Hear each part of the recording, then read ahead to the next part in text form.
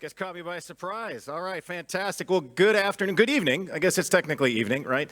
I have the joy of trying to convert time in my head to what my body actually thinks it is. My name is Nate Schutta. For those who have not seen me before, I work for VMware. Best way to describe me is architect as a service. I go places, talk to people mostly about cloud architecture, things of that nature. And I will admit, the first time someone called me that, I thought, yeah, that's actually a pretty fitting thing. You know, that seems like a good description of what I do. I will admit, I then sounded the acronym out in my head and realized it may not have been intended as a compliment. I don't know. I try to take it the most positive way I can. So I am filling in. I do apologize for that. Someone had the previous speaker had an illness in the family, so I'm not actually doing Stairway to Heaven, although I did think that was actually a pretty interesting hook for a talk. I'll have to try to ponder that a little bit. But I think this is at least in the same vein as what he was going for. Now, if you've been in our space long enough, you know that patterns are very common. And the interesting thing to me, though, is that as much as there are patterns with all these problems we run into, that's not the only kind of patterns that we have in software. Now, some of these work better than others, and I do think it's interesting that many of us do want to continually reinvent the wheel, and I think that's unfortunate. Seems to be a bit of a waste of all of our time, effort, and energy. But you start to see things repeat, especially when you've been in our industry long enough. You start to see how, oh, this is like that thing we did before. Maybe it worked, maybe it didn't, maybe we just renamed it, who knows. And of course, as an experienced designer, you like to just pull things off the shelf and be like, yeah, let me use that thing that worked on that last project because that'll save me some time, effort, and energy. I do love this attributed quote, good artists copy, great artists steal. We should do the same thing, frankly. Now, this concept actually started with Christopher Alexander, who was a real architect, not like me, one of these pseudo software architect people, the kinds that actually build buildings and have more useful skills than, drawing boxes and lines. And it's amazing to me that someone that came out of that space has had such an outsized influence on how we design languages, on OO programming, on Agile, on wikis. And ultimately, this is the person who sort of created this idea of patterns languages, which for most of us is cemented in the Gang of Four. Right? I remember when I was first introduced to this, it was kind of like, mind-blowing kind of stuff. And I have referred to this as GOF, Gang of Four, for so long. I didn't even remember what the original name of the book was. And I was talking to somebody a few summers ago, and I said, yeah, that's just a standard Gang of Four pattern. And this person just sort of stared at me, and I said, the Gang of Four, GOF, right? And he said, I don't know what you're talking about. And so I Googled just to say, yeah, this book, you've seen this book? And he's like, nope, never heard of it. And I'm like, wow, okay, all right, let's see here. I guess there's an opportunity for education. It's no surprise that everything we do in software is a trade-off. Everything. In architecture, I teach a graduate school program in architecture, and I told my students first day of class, the answer to every question this semester is, it depends. And that group picked up on that immediately. They were answering that to anything I threw at them. Do you want this assignment due this day or that day? It depends. And this is the reality of our industry. Everything is a trade-off. Language choice, framework choice, database choice, design choice. One of the things we do a lot on software projects is make decisions. We make a lot of decisions, and some of them seem really inconsequential, like what should I name this variable? And at the time, yeah, you're right, that isn't a big deal. And then it turns out a few years later, actually, that was a really big deal because now this thing that we didn't know was going to happen happened, and who knew? And so having a set of patterns is really useful because we have these things we can go back to again and again and again. And of course, patterns don't just crop up in software, they happen in our lives. Think about where you live. There are patterns in your house, in your apartment that recur everywhere. I mean, doors is a pretty common one, right? There's a door in the back of this room. Now, implementation details vary quite widely, right? Sometimes they're very ornate. Sometimes they're not so ornate like this one. Because the reality is we all need to get in and out of rooms. So we have all sorts of ways of doing that. Think about the last book you read or the last movie you watched, show you streamed. Do you ever notice that a lot of this seems kind of repetitive? You sort of have that thing like, wait, didn't I already see this movie? Isn't this just like that other thing? I mean, maybe it is a glitch in the Matrix, I don't know. But there is this theory that there's like 7 or 9 basic plots. There's the quest, the rags to riches, the overcoming the monster kind of thing. I've actually heard of some things, a lot of times pitches will be, it's like this except that. I was saying to someone, this book or this book series I'm reading, it's like Game of Thrones except in outer space. And someone immediately said, the Expanse series. I'm like, yep. Software is no different. I remember when I was in college, I was talking to my advisor one day, and he had been in industry for several years, went back and got his PhD and started teaching. And I was asking him, like, why did you do that? Why didn't you want to stay in industry? And he said, Nate, I got tired of building the same app again and again and again. And I said, what do you mean? He said, most applications are us putting a front end onto a relational database. Now, we've really evolved because now there's different kinds of front ends and there's different kinds of databases. But let's be honest, an awful lot of what we're doing is putting a front end on some kind of data store, rinse, repeat. Now, of course, I'm pretty confident, having built software for more years than I care to admit, that all applications eventually devolve to spreadsheets and email. I need to export that as a spreadsheet so I can email it to somebody. I see that constantly. I'm amazed at how often that's what we boil everything down to. So what did Gang of Four do? They said, you know what, here's some common things that we see time and time again, and I'm sure many of you are familiar with some of them, singleton, proxy, visitor. I was on one project, probably late or early aughts, where, and I want to believe my product manager was being funny or trying to be funny, but he said, hey, we got 11 of the patterns into this release. We're hoping we can get the rest into the next release. Again, I'm pretty confident that was a joke, but who knows? Now, there's lots of other examples. You've seen them in various ways, shapes, and forms. I helped write a book about how patterns apply to doing presentations. So these are powerful things because they help us find reuse. They help us leverage proven solutions to problems. And for us, they allow us to embrace that lazy developer ethos, saves us some time, and gives us this coarser abstraction to deal with.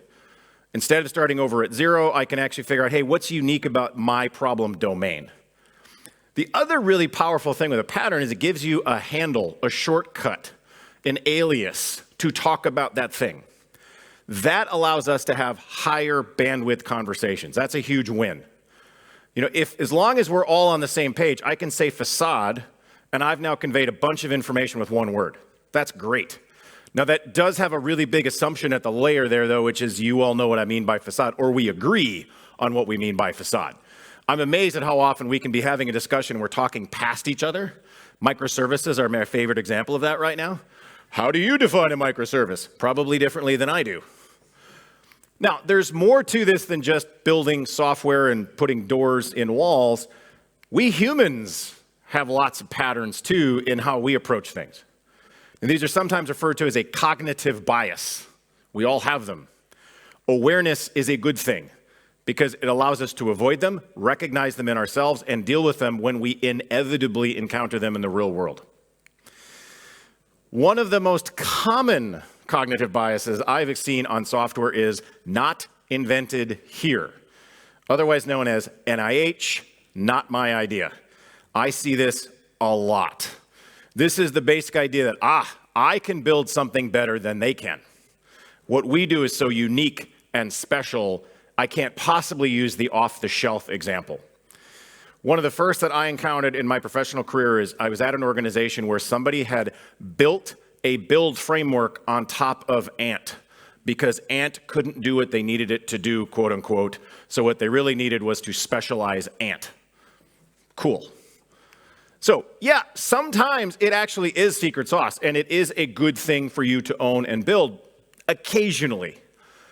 But I think the challenge here is figuring out, is this really a differentiator for us? Is this really something that gives us leverage? Is this something that's unique to our product? A lot of organizations have a very strong bias to anything that comes from outside. And a lot of that boils down to politics, turf wars, jealousy. I want credit for this. That's absolutely part of it.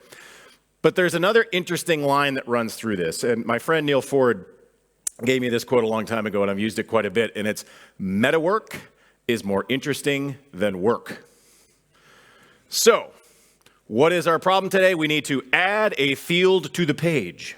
I don't think that problem is quite challenging enough for a developer of my caliber. I need something more than that. So what would be more interesting than that is to build a framework that adds fields to the form. Now, that's something that I can really dig my teeth into. That's a good challenge for someone of my cognitive talents. I was at one organization where somebody decided it would be a really good idea to have their own Spring-like framework, except, of course, hand-rolled. Because why would you use a framework that's been around for, let's see, at that time it would have been at least 15 years and has I don't know how many people years of effort built into it, because that's way more fun than just using the off-the-shelf thing. And I actually had someone say to me about it, well, why would we rely on Spring? I mean, we've only got a few hundred developers contributing to Spring. This was written by 2 or 3 people here. Do you not understand? I think your math is off there. I think you just gave an argument as to why you should not be using this hand-rolled thing. In many cases, this is a sign of insecurity. I've seen that a lot. I was at one company where I attempted to introduce Groovy into the organization because it actually solved a specific problem we were having. Now, this was simply on the tooling side. This was never going to ship with the product, but it was going to help us with sort of our build pipeline. And the person who was responsible for that said, absolutely not. Will not do that because, and I quote, we don't resort to wacky workarounds here. I said, that's an interesting stance to take from someone who built a framework on top of Ant. I'm like, all right, okay, fine, cool, I get it. I mean, if you tell me this doesn't work for you, that's fine. Interestingly enough, about 6 months later, that same individual discovered Groovy. And oh my God, this is amazing. This solves so many amazing problems for us. That's an example of, I don't want you to get credit for this idea. I'm going to take credit for that. It's hard for some people in some organizations to admit that good ideas can come from somewhere else. There are definitely people who have an emotional need to everyone stare at me, everyone give me praise. That's a sign of insecurity in most cases, because this isn't a zero-sum game. I would have hoped that most of us learned that in kindergarten. That's one of those basic, fundamental, learn to share kinds of things, although it is clear that that has not been universally distributed. There are definitely some folks who missed that entire period of their education. Now, this is very closely related to the IKEA effect. Interestingly enough, we place a much higher value on things we ourselves created.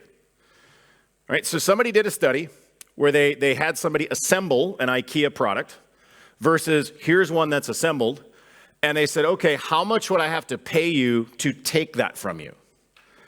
If you had assembled it yourself, the price went up by 63% because I built this.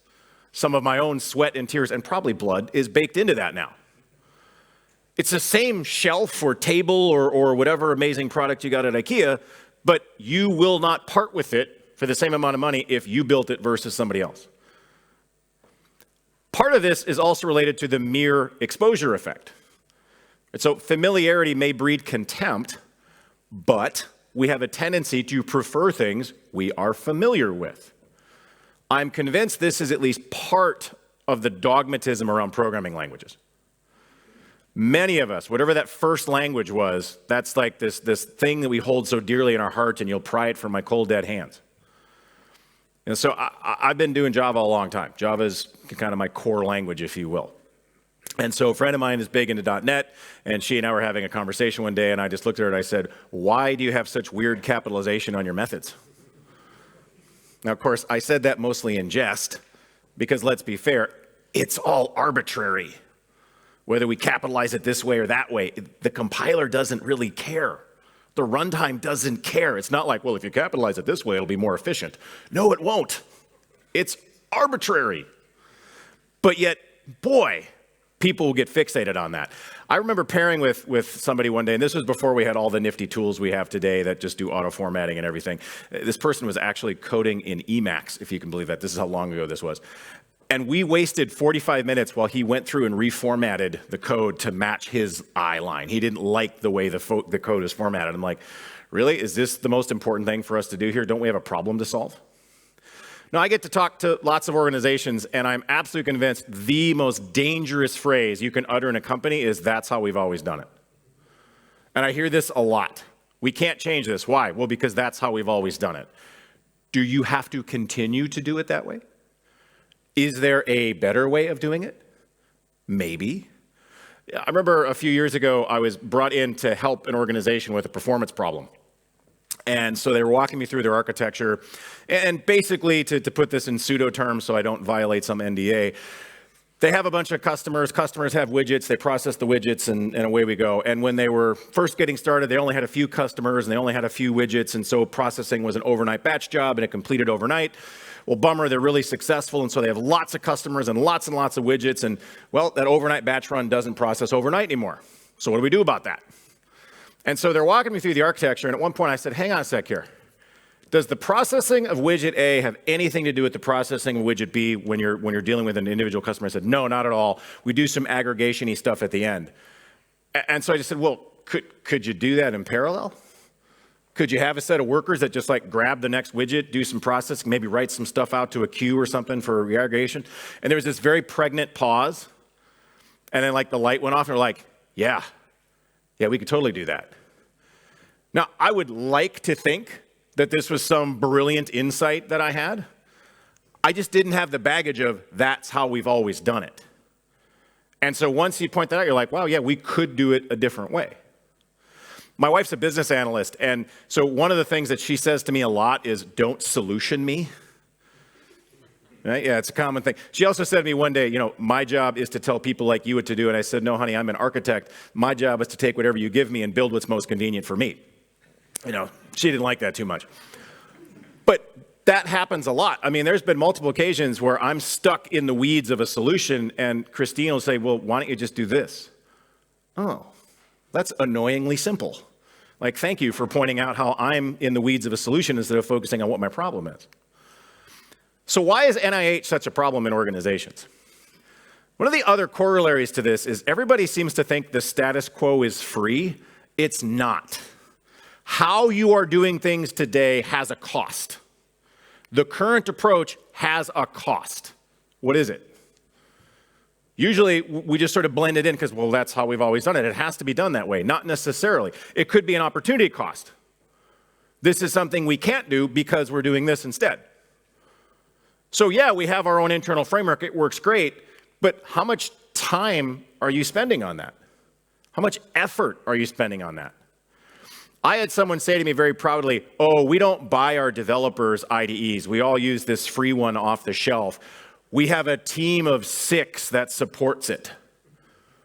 I went, I'm sorry, you have 6 developers supporting this free IDE, but you won't buy your developers an IDE. Okay, what's the math here? I mean, I'm just guesstimating, but it's probably gonna be a lot cheaper for you just to buy them an IDE than have a set of people supporting it. There's also the reality that our customers, they care about features and functionality getting to production regularly, reliably, repeatably. That's what they want from us. They don't care about all the little dial tone stuff underneath the covers, the stuff that we often get very, very excited about. I don't think any of us have had a customer come to us and say, oh my God, are we on the latest version of Kubernetes? Like tell me how many clusters we have. Now, I mean, I've had some customers that have gotten down into the weeds and I've hated it because like, no, you should not care about this. Features, functionality. So any minute that I'm not solving their problems is a minute that I'm wasting, ultimately. And I think if we're honest, most of our customers, they want us focused on features and functionality. They want us working above the value line, or as a former colleague of mine said, undifferentiated heavy lifting. We don't want to do that. This might be one of my all-time favorite slides. This is my old boss, Andrew Clay Schaefer. Good job configuring servers this year, said no CEO ever. And he's absolutely right. It's important work, but it's not something that moves the needles for our customers. Features and functionality.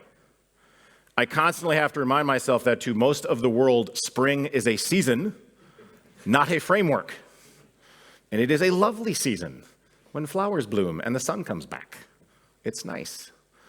I live in Minnesota, and so for me, I like this joke that's like Scandinavia West, right? It's eerily similar. The first time I came to Sweden, I was kind of blown away by how remarkably similar it is to where I live. And so I completely understand why so many folks immigrated from this part of the world to that part of the world. Although the running joke is there were warmer places you could have settled. Like, why did you rinse and repeat to some place that is also cold and dark in the winter? I don't know. It's fine. It all works out. It's beautiful in the summer though, right? Exactly. That's the trade-off. Unless you live in San Diego, you're always going to have some part of the year the weather sucks. The other problem here is you may overlook a much simpler solution. Something that could save you days or weeks if you just got it off the shelf. We also have to think about hiring. This was my counter when I discovered that somebody had essentially reinvented a Spring-like framework inside our organization. I said, hang on, you do realize if I put out a job post for Spring developers, I get hits. Lots of them. Your homegrown thing, by definition, only people inside your company know it. Good luck going to Stack Overflow and finding answers to questions about your hand-rolled framework. Now, a lot of organizations look at this and they fall prey to the sunk cost fallacy, which says we've already spent X millions of dollars. We must continue to spend X millions of dollars. If we stopped now, it would be as if we threw that money away. That's not actually how money works. Sorry. The analogy seems to be, well, I pigged out at lunch, so I might as well eat an entire cake for dinner because I already blew my New Year's resolution at lunchtime. Again, not how that works. The past is the past. You can't change that now. The money you spent on that bad idea is gone. It's already been spent. Any decision you make today does not change that. The real question is, should we continue to invest in this or not? Or is it time for us to change direction? That's the reality of every software project any of us have ever been on. I remember when I first learned about software development lifecycle stuff, and somebody said, and then we enter the maintenance phase, the longest phase of software development. And it's like, oh, so it's a product that we continue to invest in until we decide it's no longer worth the investment. That's more logical. The right answer here is to ask, what is the right choice today? Should we put the shovel down? If you're in the bottom of a hole, maybe, I don't know, stop digging? Is that controversial? I hope not. My wife says this to me on a fairly regular basis.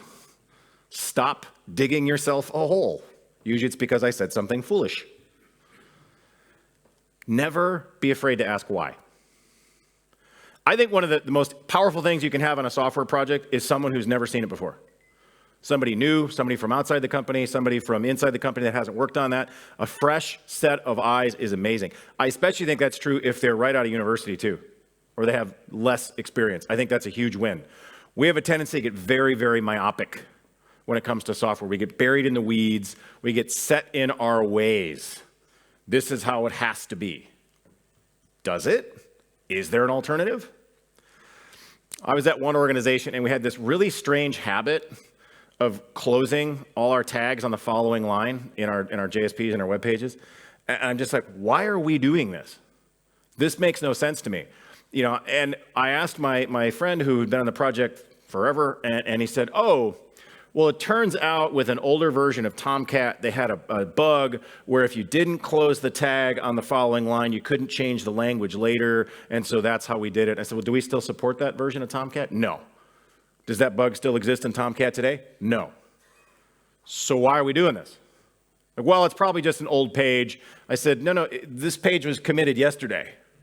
Like, it's brand new.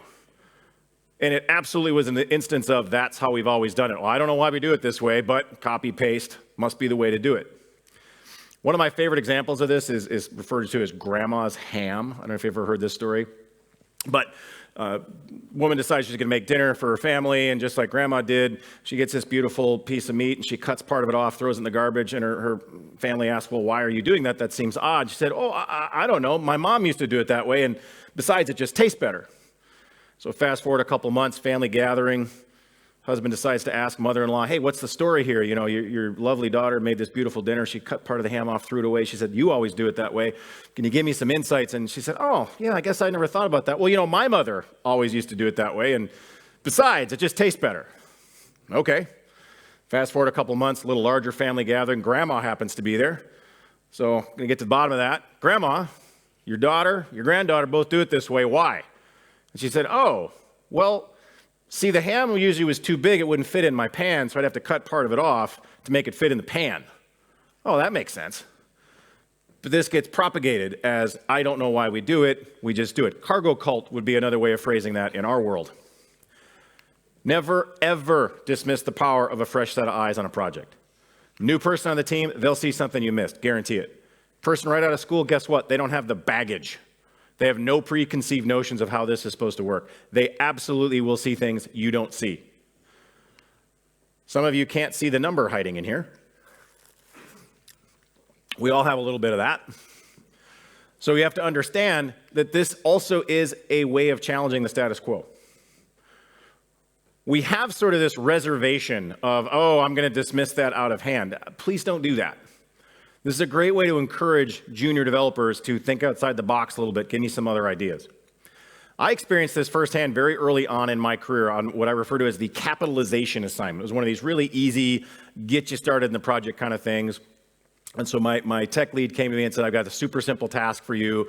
Get your feet wet, familiarize yourself with the code base. What I want you to do is go in and capitalize all the billing addresses. And so she said, this is the routine to go into, and by the way, here's the capitalization function you should use. And so I'm looking at this capitalization function, and it was an utter mess. I could not get my head wrapped around it. In my head, I thought, this should be very simple. It should take like one argument, the string to capitalize. Nope. It took like 17 arguments, and I was confused. This made no sense to me. And after kind of spinning my wheels for a while, I thought there has to be a better way. And so I did the right thing. I thought to myself, this feels like a language feature. And so I did a little bit of searching, and sure enough, this is baked into the language. And so that's what I used. Simple.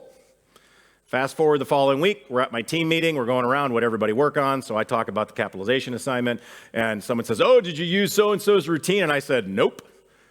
So cue like record scratch moment. Every head in this room turns to me. I am by far the most junior developer in that room. And it was, why did you do that? I was the least experienced developer there. I'm like, wait, did I do something wrong? Are we not supposed to use that baked in language feature? That seems kind of obvious. Turns out I was the only one in that room that knew that feature existed in the language. Now, friends, I don't know when it was added. I don't know how long it had been there. But this was absolutely a case of, well, that's how we've always done it. We've always used so-and-so's routine. We don't even bother looking to see if there might be a better way. There's two lessons I take out of this. First and foremost, embrace the lazy developer ethos. If you think there should be an easier way, there probably is. Take a few minutes and look for it. The other one, please never, ever underestimate the value of a fresh perspective on your projects. It can be absolutely invaluable. I already mentioned this one, solutioning, otherwise known as the XY problem or the jump to conclusion mat. Deep reference there. As software people, it's almost like ingrained in us to go to a solution as quickly as possible, often before we even understand what the problem is. I love this Rich Hickey quote. He's got a lot of good ones, but this one really stood out to me. Most of the big problems we have in software are problems of misconception. We don't have a good idea of what we're supposed to do, and then it's just go, go, go, go, go, go, go, go, go, go, go. How many times in your career have you started a project and heard some variance of, we don't have all the requirements quite yet, but the development team is ready, so you guys just go start writing some code. What should the code do? I don't know, figure it out. My wife runs into this a lot. Well, the development team's ready, so they're going to start coding, but we don't know what the app should do yet. But we can't have the developers just sit on their hands. That would be a waste. So instead, we're going to pay them to write code that we are going to throw away later. Or worse, try to jam the application into because, well, sunk cost fallacy. There is no test you can write. There is no type system that can protect us from problems of misconception. Happens all the time. One example I've run into in my career was client versus customer. On a project, everything's moving along. Product owner keeps talking about client and customer. They sure seem like they are synonyms to us. We get a few weeks in, all of a sudden, product owner says, that'll work for a client, but not a customer. I'm sorry, what? Cue record scratch moment. It turns out they were very similar, but distinct things.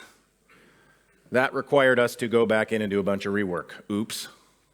Again, there is no amount of testing. There is no automated unit test I can write. There is no type system I can devise that will protect me from problems of misconception.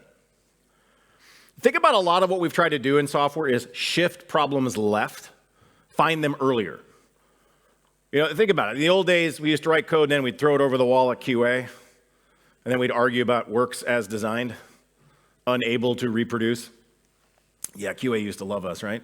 And then eventually we figured out, it's better if we find some of those problems before it gets to QA, which of course is better than those problems being found by customers in production. That's like the worst time for them to find them. And so what did we start doing? We started writing some unit tests and automated tests. Shift left. And the rationale here is find the problem when it's cheaper to fix. But here's the thing, the cheapest way to fix it is to not have it in the first place. Avoiding the problem is the cheapest way of solving this. A lot of times we end up focused on the wrong details. We make assumptions. You ever have someone say to you, I need to get the last 3 characters of a file name. How do I do that? The right answer to that is, why do you need to do that? Well, I think file extensions are always 3 characters, right? And I just need the file extension. That is a different problem, isn't it? So as with NIH, it's in our best interest to ask why. Why are you doing that? What is the real itch here? So the challenge for us is really focusing on the problem-solving aspect of this. And sometimes that means we need to take a beat, slow down a little bit. The mantra that I use with my teenager a lot is take the time it takes so it takes less time. Now, if any of you have a teenager, it's like a whole thing. It's interesting having a teenager around the house. One of the lessons that I have tried to impart upon my son is if you have an athletic event coming up, you should probably prepare sooner than as we're trying to walk out the door. That is not a good time to be figuring out, do I have everything I need? So this was a couple weekends ago. My son had like an overnight soccer camp thing, and I had told him at the beginning of the week, I'm like, make sure you have everything you need. If you need me to do some laundry, let me know. Make sure you've laid everything out. And I asked him a couple times leading into the weekend, do you have everything you need? Is there anything you need me to wash? Well, then we get to Saturday as we're literally trying to get out the door and get him to this location. It is at this point that he discovers that one of the requirements is shin guards and black socks. Well, that shouldn't be a problem. You should have several pairs of black socks, except, of course, he could not find any of them. Good times. Would have been really smart to have found that problem out on, like, Thursday instead of Saturday. Again, my wife says this to me all the time, stop solutioning me. What is the itch? What is the real problem we're trying to solve? What are you trying to do? It is in our best interest to take some time, reflect on that. And also make sure that we're watching out for the proverbial yak shaving. We've all run into that problem at some point, right? You go to install some software on your machine, it's like, oh, wait, to install this, I need to install a newer version of Python. Well, to install that, I need to install this package manager. Well, to install that, I need to install... And the next thing you know, you're shaving a yak, you're covered in hair, you're not sure why. It's like, oh, yeah, that's right, I needed to install this software to... Yeah, good times.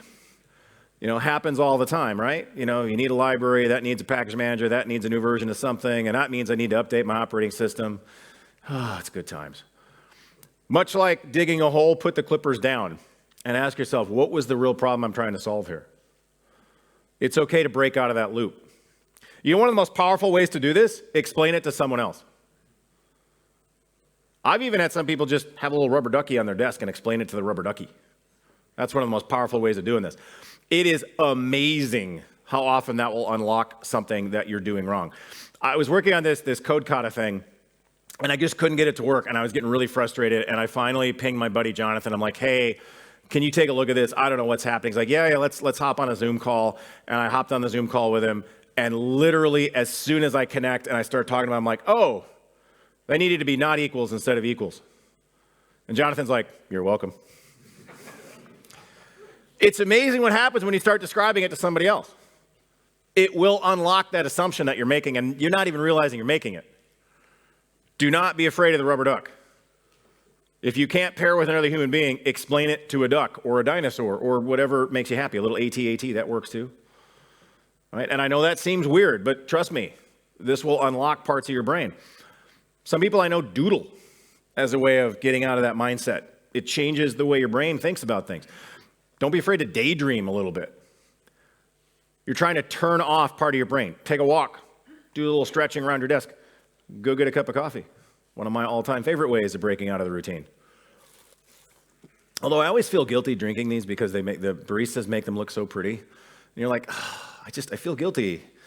And I got coffee before I came over here, and I made that comment to the barista, and he said, "That's okay, it's meant to be drunk." I'm like, "Oh, thank you, I appreciate that, but I still feel a little bad." Double check your assumptions. Do they really hold? Is that really how it has to be? If you're still stuck, don't be afraid to take a nap. Don't be afraid to load this problem in your brain and let your brain work on it while you're taking a snooze.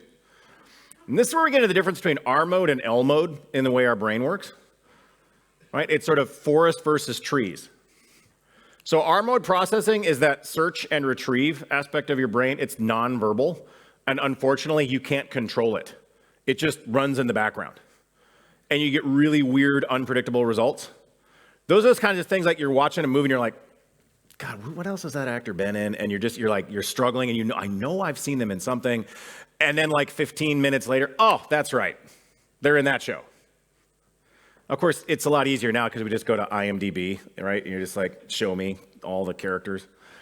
But randomly, that instance will come back. So in order for this to work, you got to distract the L mode. And so one of the ways you do this is you sort of prime the pump and then hop in the shower or mow the lawn or do dishes. And what that allows is the R mode to take over and do its job.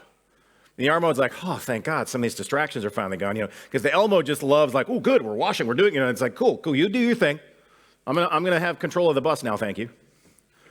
And it allows you to think like, what is the actual problem here? What is the use case? Be amazed at how often that will unlock a simpler way of doing it. The older I get, the more convinced I am that dogmatism in pretty much any space is not good. It's unhelpful at best. You must be ruthlessly pragmatic in software. Dogmatism is not a great approach for us. You don't want to have this very formulaic approach to how to do this best. A friend of mine was consulting on this project, and one of the first things he noticed is, oh my God, there aren't any tests. You have this massive code base, there's no tests. And so, of course, his first instinct is, well, we should spend some time writing tests and try to clean that up a little bit. And they took a beat, and he went, hang on a sec, how long has everybody been on this project? It turns out the most junior person had been there for a decade. And so he realized, okay, actually, for this group, spending a bunch of time writing a bunch of tests might not actually be our number one situational need here. You have to adapt to the current situation. Don't be afraid to ask some of those questions, and don't be afraid to go against the grain sometimes. We always do it that way. Most dangerous phrase you can hear. Which brings us to imposter syndrome. I mean, we've all felt this. I didn't realize how endemic this was until the last couple of years. I've had multiple of my grad students who are all full-time working adults come to me with imposter syndrome and be like, oh my God, Nate, I don't know if I can do this. I had one of my grad students who got like all the way through the interview process with one of the FANG companies, and he's like, oh, Nate, I don't know if I can do this. Hey, if you got this far, you got chops, or you wouldn't have gotten this far. Embrace that. Feel good about that. We all suffer from imposter syndrome, every single one of us. I'm not entirely sure why it's so endemic to our industry, but it's there. I love this tweet. I had such a bad day at work. I was pounding my head against this for 10 plus years. Maybe I'm not cut out to do this. You know what? That's healthy. That's normal. I was at a conference several years ago, and there was clearly a little bit of arrogance kind of flowing through some of the developers about, well, I don't write bad code. And so we were on an expert panel. We decided we were all going to introduce ourselves by saying, hi, my name is Nate, and I write bleepy code. Insert your favorite swear word for that. How often have you stared at code and looked at it and said, man, what idiot wrote this? And then it slowly dawns on you that you were the idiot that wrote this? That's okay. That's actually a good thing, by the way. You should be a little disappointed in something you wrote a couple years ago. You should have improved. You should be better than when you wrote this. That's a good sign. That means you've learned something. So embrace that. It's actually scary when you look at something and you're like, I don't know how I could make this any better. I love this one. This has happened to me more times than I care to admit. I just spent the last 2 hours debugging this. Why aren't you picking up this property? And then I realized I'm changing the wrong file. Of course you're not picking up that property. We've all done that. The most frightening person you can have on that project is the person who knows everything. I'm an expert on everything. No, you're not. That's really dangerous. Software is getting more and more and more specialized. There's no getting around this fact. I sort of feel like we're at that cusp of where doctor was, maybe like the 1800s, 1900s, where doctor was a very generic term. You know, doctor was the person who like amputated your leg, pulled a tooth, gave you a shave. You know, I mean, I think they referred to them as full stack doctors. Think about doctors today. There are not full stack doctors now. Orthopedic surgeons focus on specific joints. You know, my orthopedic surgeon does hips and knees, that's it. Doesn't do anything above the waist. No elbows, no shoulders. You can, as a doctor, specialize in being a general practitioner. Now think about our world. Our body of knowledge has exploded in this field. It wasn't so long ago that smart people would say, well, if you're really serious about software, you need to make your own hardware. When was the last time any of you built a computer? No, it's fun. Maybe you played around with a Raspberry Pi. I don't know. That's all good. But think about cloud. I mean, at this point, most of us are short-term leasing someone else's computer.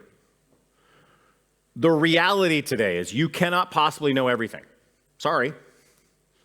Heat death of the universe will happen first. The sheer amount of information that comes out every single hour of every single day is overwhelming.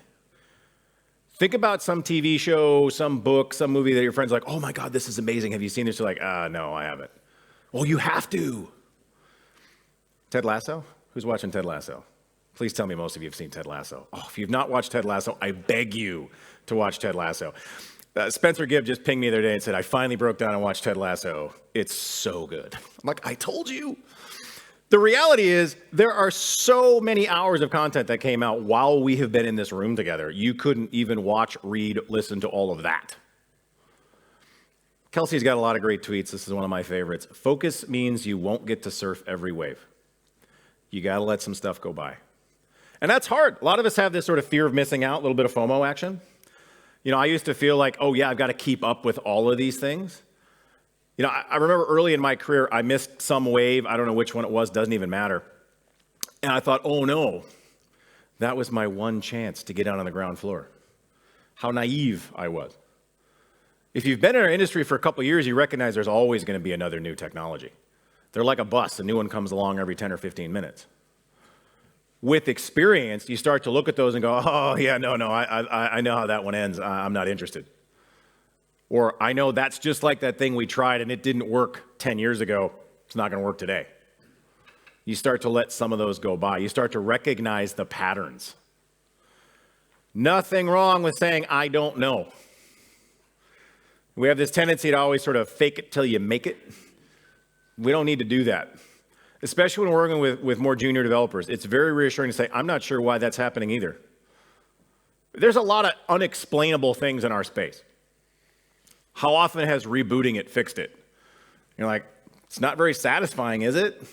I mean, part of what gets you into this industry is we like to tinker. We like to get to the root cause. And it's like, I don't know, it fixed it, so move on, hope it doesn't happen again. You know, as I was coming out here, I wasn't able to check in on my phone for my flight, which occasionally happens, especially with international flights.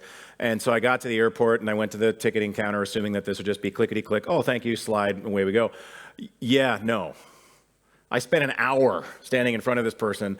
He was on hold with reservations. I was on hold with reservations. It's sort of a race to see who could get there first. I don't know what the problem really was. You know, I spend a lot of time on Delta hardware. Delta takes me lots of places. They know a lot about me. This should have been trivial, but somehow they had like me on 2 separate segments coming back and they couldn't check me in until they deleted that, but they couldn't delete that until I don't know, maybe they rebooted, I'm not sure. But after an hour, he handed me tickets, or, you know, actual boarding passes and I could finally get on my plane. So yay, system works. So not always comforting, but it helps. Ah, yes. Schutta, I wish he was here this week. I love this quote.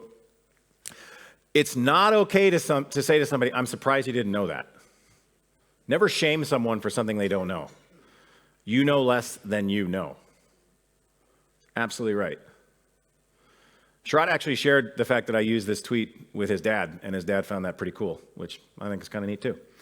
I'm fairly certain this was Photoshop, but I still think it works out pretty well. Unexplained phenomena, software programming. I'll give him credit for putting like things together for sure, because I do think that's pretty fitting. There's nothing wrong with saying, I don't know. Now, for me as an architect, the answer I always like to rely back on is, let me find out for you. A lot of times that's what I'm trying to get at. This is hard. It takes humility, takes confidence. And of course, to be very clear, you cannot be an expert on all of this stuff. You can't. There's not a darn thing wrong with specializing. So what do we mean by full stack developer? If we take this literally, it's a huge list of things you'd have to know. Multiple front-end technologies, multiple databases, multiple programming languages, 2-3 cloud providers. Oh, and you know about CI/CD, building pipelines, DevOps, SRE. And of course, you write secure code that's all tested, and you know how to make good architecture and design decisions. Where's that unicorn? I think it's actually a lot simpler than that. I think what we're really asking for is a willingness to work on what we need today. What is the problem in front of us today? Will you pitch in on that? Specialized generalists, another way of thinking of that. T-shaped is another way of thinking of that. That's really what we're trying to be. Know a little bit about a lot of things. Be aware there are multiple frameworks, databases, cloud providers. Be an expert on some of them. But you can't be an expert on all of it. Again, heat death of the universe will happen first. I love this tweet. A career in tech is less about learning a specific tool than a willingness to learn a different tool when the time comes to learn a different tool. And that's hard. That gets back to that pragmatism thing. The analogy I like to use is if you're working construction and the first task they gave you was tear down that wall and they handed you a sledgehammer and you knock down that wall, you're like, whoa, sledgehammers are amazing. There was a wall here. The wall is gone. This is very satisfying. And then you came in the next day and now it's, hey, we're building a wall. You're like, cool, I got my sledgehammer. Nope, put that down. We have a different hammer for you. It's called a framing hammer. That's the hammer we're going to use. But I have my sledgehammer. That's going to get you hurt. There's things we know and there's things we don't know, and that's perfectly fine. You got to think about skills acquisition. One of the concepts behind this is shu-ha-ri. It's actually something Martin's written about. What this really boils down to is learn the principle, abide by the principle, dissolve the principle. Or another way of thinking about it, imitate, assimilate, innovate. Right? Your understanding evolves over time. And William Schultz said this in yet another way of phrasing the same concept. At first, something looks really simplistic, and then you're like, wow, this is really complex. And then, oh, yes, there is a profound simplicity here. Looks really easy, then it's really confusing, and then the quest to perfect it continues. So there's things you know, and there's things you don't know. The scary part is the massive ocean of unknown unknowns. This is where most of us get in trouble. This is where experience helps, because eventually you're like, oh yeah, no, there's a huge amount of things I don't know. And it humbles you. Now, learning has an interesting phrase here. There's this concept of 5 stages where when you first start, you need recipes. Tell me exactly what to do. Give me hello world. And then you start moving beyond those rules. Eventually, you start being able to troubleshoot. Then you can start self-correcting. And then you get to a point where it's just intuition. If you ask a world-class golfer, how do you hit a cut shot? Their answer is, I think cut, and the ball cuts. Cool. How do I teach someone to do that? You can't.